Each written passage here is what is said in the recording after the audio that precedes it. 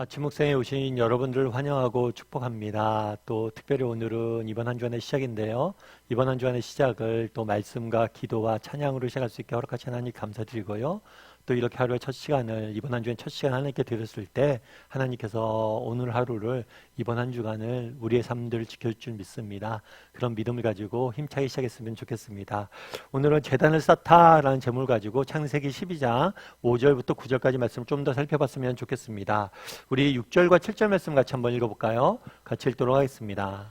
아브라함이 그 땅을 지나 세겜 땅 모래 상수리 나무에 이르니 그때에 가나안 사람이 그 땅에 거주하였더라. 여호와께서 아브라함에게 나타나 이르시되 내가 이 땅을 내 자손에게 주리라 하신지라. 자기에게 나타나신 여호와께 그가 그곳에서 제단을 쌓고. 네, 오늘 본문에 보면 아브라함이 세겜 땅 상수리 나무에 이르러 뭘 했다고 그랬어요? 제단을 쌓았다고 그랬죠. 이 제단을 쌓고 하나님 옆에 예배 드렸습니다. 이 예배를 드린 이유는 뭐라고 그랬죠? 어제? 지난 시간에 우리가 살펴본 것처럼 감사의 제사를 드린 거예요.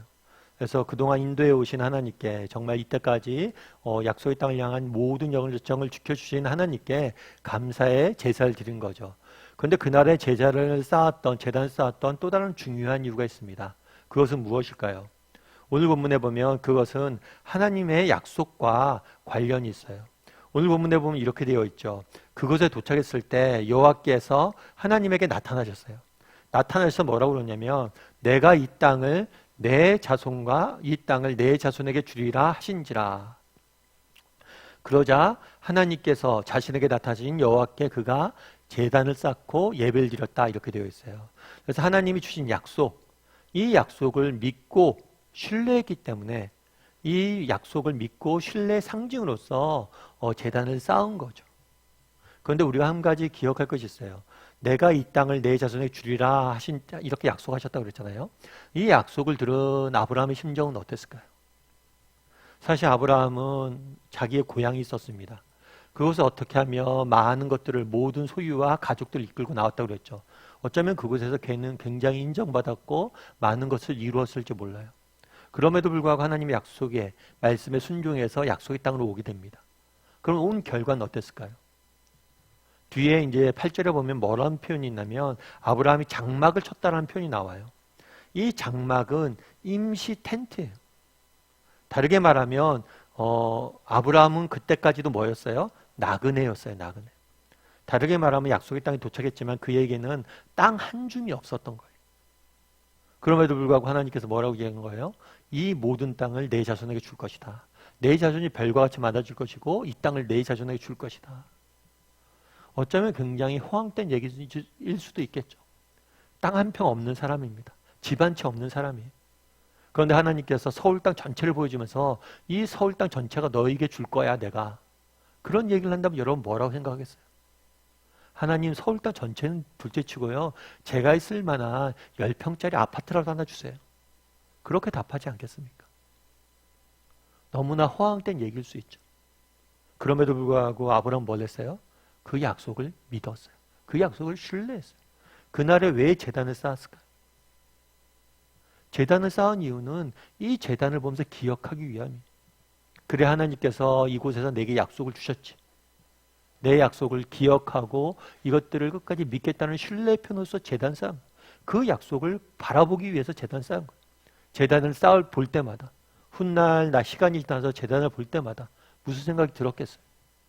그래 마저 하나님께서 저기에서 약속을 주셨어. 이 땅을 줄 거라는 약속을 주셨어. 그 약속을 믿고 정말 신뢰하기 위해서 제단을 쌓은 거죠. 우리도 마찬가지예요. 이 땅을 살다 보면 하나님의 약속과 우리의 삶이 거리가 멀게 느껴질 때가 있어요. 그럴 때라도 하나님의 약속을 신뢰할 수 있어야 돼요. 아니요. 이 땅을 살 때 우리가 무엇을 해야 되냐면 약속의 말씀을 붙잡을 수 있어야 돼요. 마치 그날에 아브라함이 제단을 쌓으면서 약속의 말씀을 기억하려고 노력했던 것처럼 오늘 하루 살면서 여러분 오늘 하루 살면서 어떻게 시작을 해요? 이번 한 주간 여러분 살면서 어떻게 시작을 합니까? 정말 약속의 말씀을 붙잡고 시작할 수 있어요. 성경을 여러분 보면 약속의 말씀이 얼마나 많아요. 정말 그 약속의 말씀을 붙잡고 정말 여러분들이 힘들거나 어려운 일이 있을 때 여러분이 붙잡을 약속의 말씀이 있습니까? 정말 이렇게 약속의 말씀을 붙잡고 정말 하루하루를 한 걸음 한 걸음을 걸어갈 수 있는 훈련을 해야 돼요. 우리 8절 말씀을 같이 한번 읽어볼까요? 같이 읽도록 하겠습니다. 거기서 베델 동쪽 산으로 옮겨 장막을 치니 서쪽은 베델이요 동쪽은 아이라. 그가 그곳에서 여호와께 제단을 쌓고 여호와의 이름을 부르더니. 예, 동쪽으로 옮겼다고 그랬죠. 그리고 장막을 쳤다고 그랬어요. 아까 얘기했던 것처럼 장막은 임시 텐트예요. 그러니까 여전히 그는 뭐였어요? 나그네의 삶을 살고 있었어요. 그런데 그곳에 가서도 뭘 해요? 제단을 쌓고 제단을 쌓았다고 그래요. 여전히 제단을 쌓아요. 가는 곳곳마다 제단을 쌓습니다. 그리고 뭐라고 그래요? 여호와의 이름을 부르더니 하나님의 이름을 선포했다는 거예요. 자신의 믿음을 선포했다는 거예요. 그래서 그날에 제단을 쌓은 이유는 무엇입니까? 첫 번째로 감사를 위해서 제단을 쌓았어요. 두 번째로 왜 쌓았어요? 하나님의 약속의 말씀을 믿고 또 그 약속의 말씀을 믿은 그 믿음을 선포하기 위해서 제단을 쌓은 거예요. 언젠가 그랬겠죠. 자녀들에게 정말 이곳이 어떤 땅이냐, 세겜 땅에 갔을 때 그렇겠죠. 하나님, 아버지, 이 세겜 땅에 쌓아놓은 제단을 왜 쌓았어요? 그날에 하나님께서 내게 이 땅을 주실 거야 약속하셨단다. 그래서 내가 그것을 믿고 제단을 쌓았다. 그러면서 하나님의 이름을 선포하는 거죠. 우리도 정말 약속의 말씀을 믿고 약속의 말씀을 선포할 줄 아는 사람들이 되었으면 좋겠습니다. 비록 우리의 현실이 그것과 멀다 할지라도 그랬을 때 하나님께서 우리의 삶들 통해서 놀라운 일들을 이루실 거예요. 제가 예전에 한번 소개해 드렸을 것 같은데요. 예전에 제가 하워드 핸드릭슨이라는 분이 계세요. 이 목사님 같은 경우에는 미국 기독교 교육학 박사님이세요. 목사님이시면서.